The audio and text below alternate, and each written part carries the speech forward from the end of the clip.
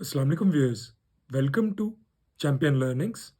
मैं हूं उस्मान शहजाद और आज हम बात करेंगे पॉजिटिविटी के बारे में।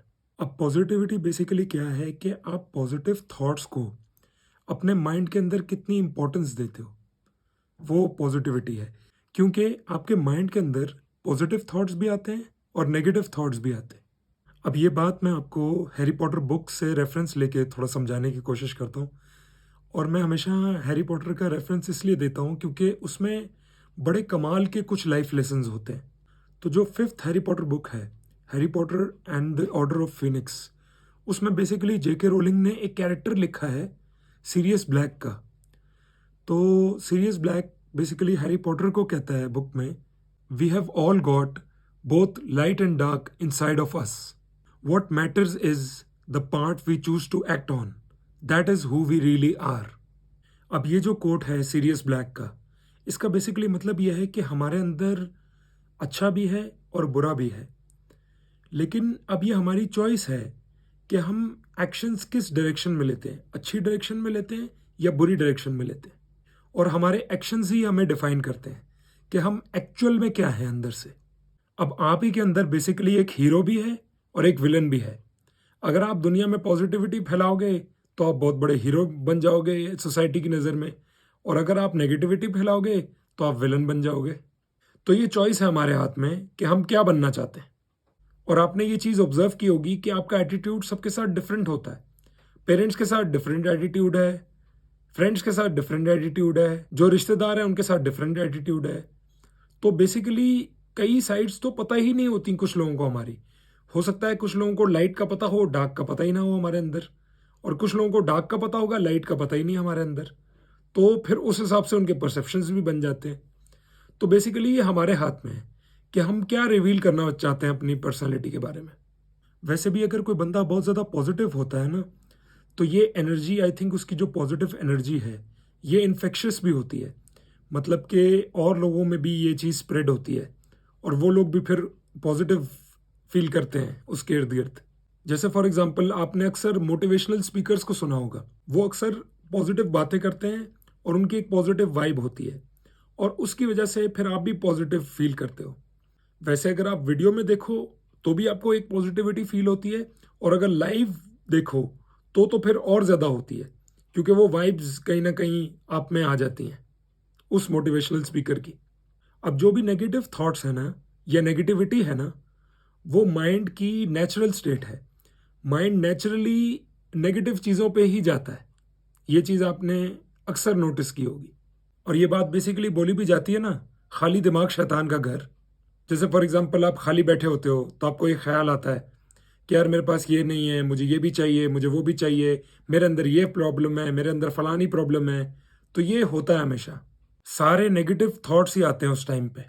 बल्कि ये चीज़ आपकी दोस्तों के साथ भी होती है कि आप एक दोस्त के साथ बैठे हो और अगर दोनों वेले हो तो किसी तीसरे की बुराइयां शुरू हो जाती हैं वहाँ पे। और ये बहुत आसान भी है ना, किसी की बुराई करना बहुत आसान काम है। अगर आपको इस नेगेटिविटी को अपने अंदर से ख़त्म करना है तो आपको कुछ मीनिंगफुल क्रिएट करना होगा, कुछ मीनिंगफुल काम करना होगा, अपने माइंड को किसी ऐसी चीज़ में अप्लाई करना होगा जो कि चैलेंजिंग हो। तो फिर आपके माइंड को मौका नहीं मिलेगा नेगेटिव सोचने का। और शुरू शुरू में जब आप पॉजिटिविटी लाओगे ना अपनी थिंकिंग के अंदर, तो आपको बहुत अजीब सा भी लगेगा, क्योंकि वही बात है, नेचुरल टेंडेंसी नहीं है, आपको अपने कंफर्ट जोन से निकलना पड़ेगा और फिर ही ये काम हो सकता है। अब जो भी माइंड अप्लाई करके आप क्रिएट कर रहे हो, ये बात ज़रूरी नहीं है कि उससे आपको पैसे ही कमाने हैं। मतलब आप जस्ट फॉर फन भी कर सकते हो। जैसे कई लोग पेंटिंग करते हैं तो वो पेंटिंग्स बेचते नहीं अपनी, अपने शौक के लिए करते हैं, तो उसमें कोई गलत बात नहीं है। एटलीस्ट आपका माइंड कहीं ऐसी जगह ऑक्यूपाइड रहेगा जो कि कंस्ट्रक्टिव भी है ना थोड़ी। नहीं तो फिर वही बात है, कंफर्ट जोन में जाएगा, नेगेटिव थॉट्स की तरफ जाएगा। अब बहुत सारे लोग मैंने अपनी ज़िंदगी में ऐसे देखे हैं जो कि पॉजिटिविटी के पीछे भाग रहे होते हैं। मतलब अपनी ज़िंदगी की धज्जियां उड़ी हुई हैं, अपनी ज़िंदगी में कुछ कंस्ट्रक्टिव नहीं हो रहा, कुछ प्रोडक्टिव नहीं हो रहा, कितनी प्रॉब्लम्स हैं, और उन प्रॉब्लम्स को टैकल करने के बजाय पॉजिटिविटी ढूंढ रहे हैं। अरे कभी भी पॉजिटिविटी नहीं मिलेगी। पहले अपने सारे इश्यूज को सॉर्ट आउट करो अपनी ज़िंदगी में, कि आपको सर्वाइवल की प्रॉब्लम ना हो, आपको रिलेशनशिप लेवल पे प्रॉब्लम ना हो। बहुत सारी चीज़ें अगर वो सॉर्ट आउट हो जाती हैं, फिर पॉजिटिविटी का फ़ायदा भी है। और आई थिंक जब आपकी ज़िंदगी की प्रॉब्लम सॉल्व हो जाती है ना, तो वैसे ही आपके अंदर पॉजिटिविटी आ जाती है, क्योंकि आपको ये बिलीफ कहीं न कहीं हो जाता है कि हाँ यार, मैं किसी भी प्रॉब्लम को बड़ी से बड़ी टैकल कर सकता हूँ ज़िंदगी में। और तब फिर आप मेरे ख़्याल में अपनी लिमिट्स को पुश भी करने की कोशिश करते हो। तो try to be a warrior in life. अपने ज़िंदगी में लड़ते रहो, जीतते रहो अपने मसलों से। और ऐसा बंदा जो कि पॉजिटिव होता है, उससे एक पॉजिटिव वाइब आती है। हमेशा उसके एक्शंस पॉजिटिव होते हैं, वर्ड्स पॉजिटिव होते हैं, तो लोगों को भी अच्छा लगता है उसके साथ रहना। मतलब उसकी कंपनी को लोग एन्जॉय करते हैं बहुत ज़्यादा। अब बड़ा ही कमाल का कोट है जॉर्ज हेगल का, the learner always begins by finding a fault, but the scholar sees the positive merit in everything. इस कोट का बेसिकली मतलब यह है कि जो भी सीखना शुरू करता है ना, वो हमेशा गलतियां निकालता है कि इस चीज़ में ये गलती है, इस स्टेटमेंट में ये गलती है, ये नॉलेज ये गलत है, गलत सही के कॉन्सेप्ट में पड़ जाता है।